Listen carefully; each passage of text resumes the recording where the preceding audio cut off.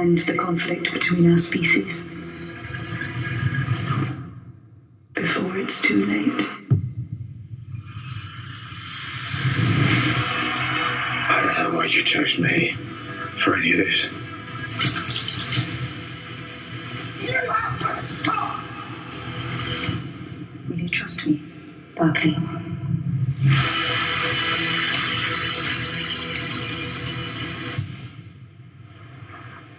Welcome back to the Nerdy Grill, and it's that time again. The war between the land and the sea continued yesterday on Sunday, the 14th of December, with episode 3 titled The Deep and episode 4 titled The Witch of the Waterfall.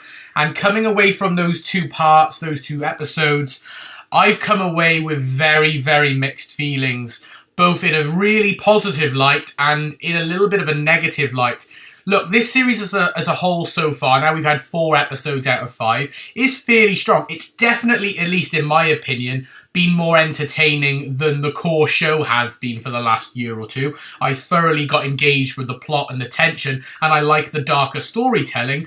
Sure, they're still pushing, obviously, the pollution aspect and that political side of things, but Doctor Who's always been that way. But it's kind of warranted in this, and I'm still a bit up in the air as to what I think about, you know, the Homo Aqua, the new design and name for the Sea Devils. I'm a bit hit or miss on that.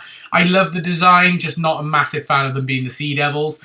But these 2 episodes blew me away because they did something that I was not expecting. It was something that we were teasing, something that we were worried about, because this does have strong parallels to Torchwood, in particular Torchwood Series 3, Children of Earth, which is the best series of Torchwood, by the way.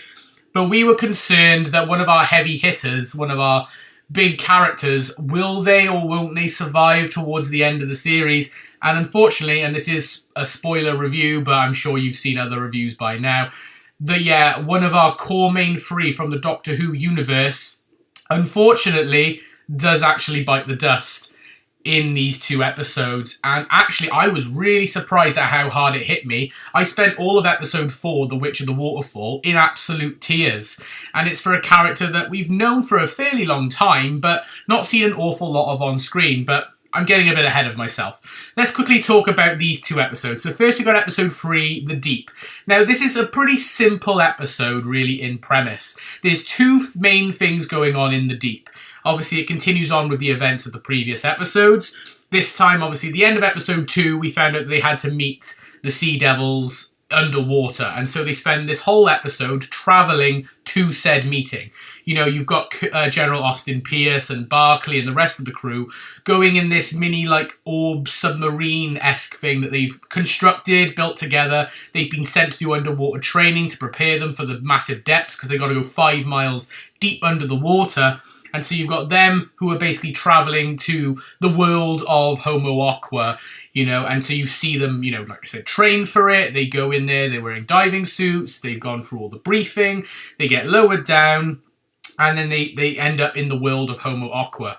But before that, you get to see how Barclay is sort of taking to this news. He meets up, obviously, with his ex and his daughter Kirby again, who they have a little bit of a mini conflict with. Kirby, you know, kind of like regretting that he is the ambassador. You know, she's worried that he's going to get hurt, worried that something could happen, but also worried that obviously if he does something wrong, it's going to fall back on them. And so she gets a bit embarrassed and frustrated, but Barclay sort of ends up getting a bit emotional as well, because he's worried and he's scared, and he loved the limelight, but he's now obviously seeing that it comes with a lot of dangers. So it's a nice little family moment that you get to reflect upon before they go to under the sea.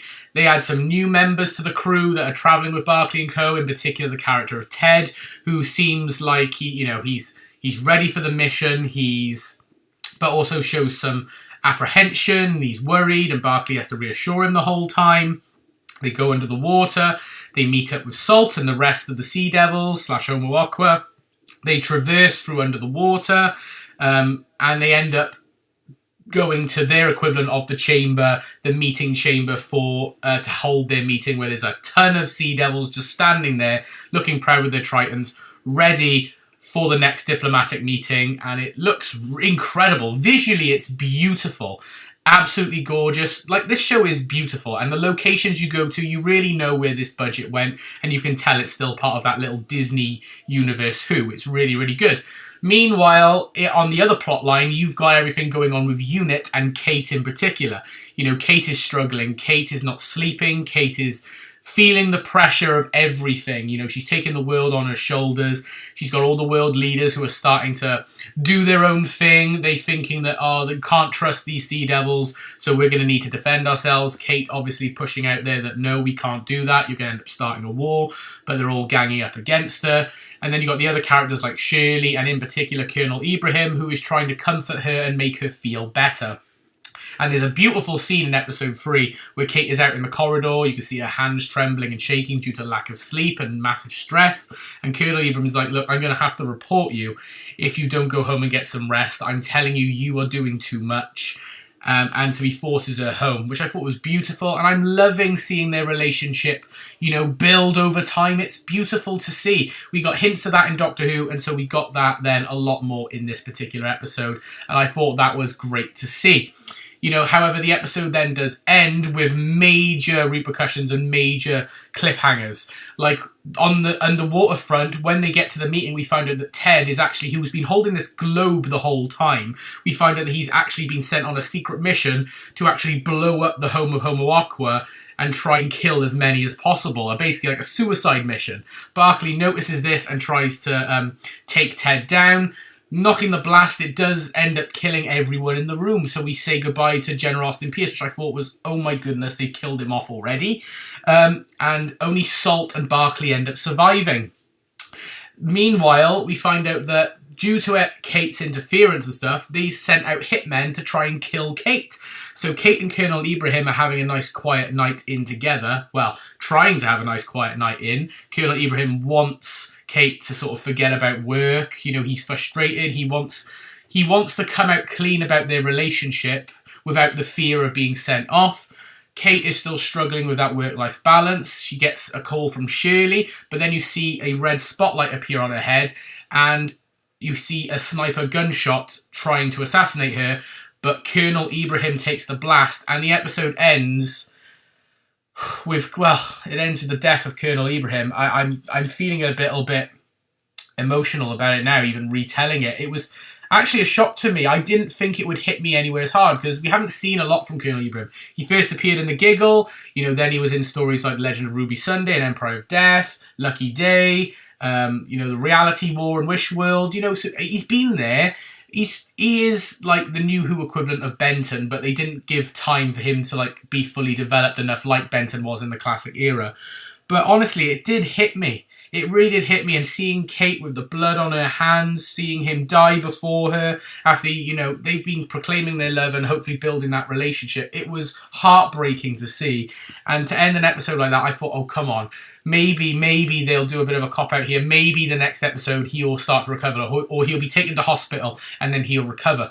No. If we now switch over to episode 4, The Witch of the Waterfall, they follow through.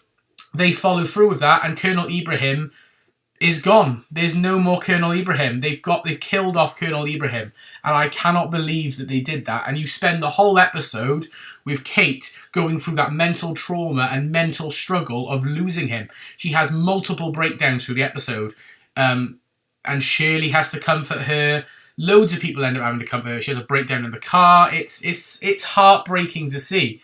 Meanwhile, obviously, the world is you know, reeling from the fact that obviously the Sea Devil base has been like blown up, and this like AI almost generated message of Salt appears, which basically says, you know, oh, we're gonna basically kill you all now, you know, the time for diplomacy's over. It's a fake message to try and stir up a war, and that's basically what happens. They're now basically at war, and Barclay is seen as, you know, someone who's helping Homo Aqua. Salt is now on the run from her own kind because she's helped out a human, and so basically they are on the run.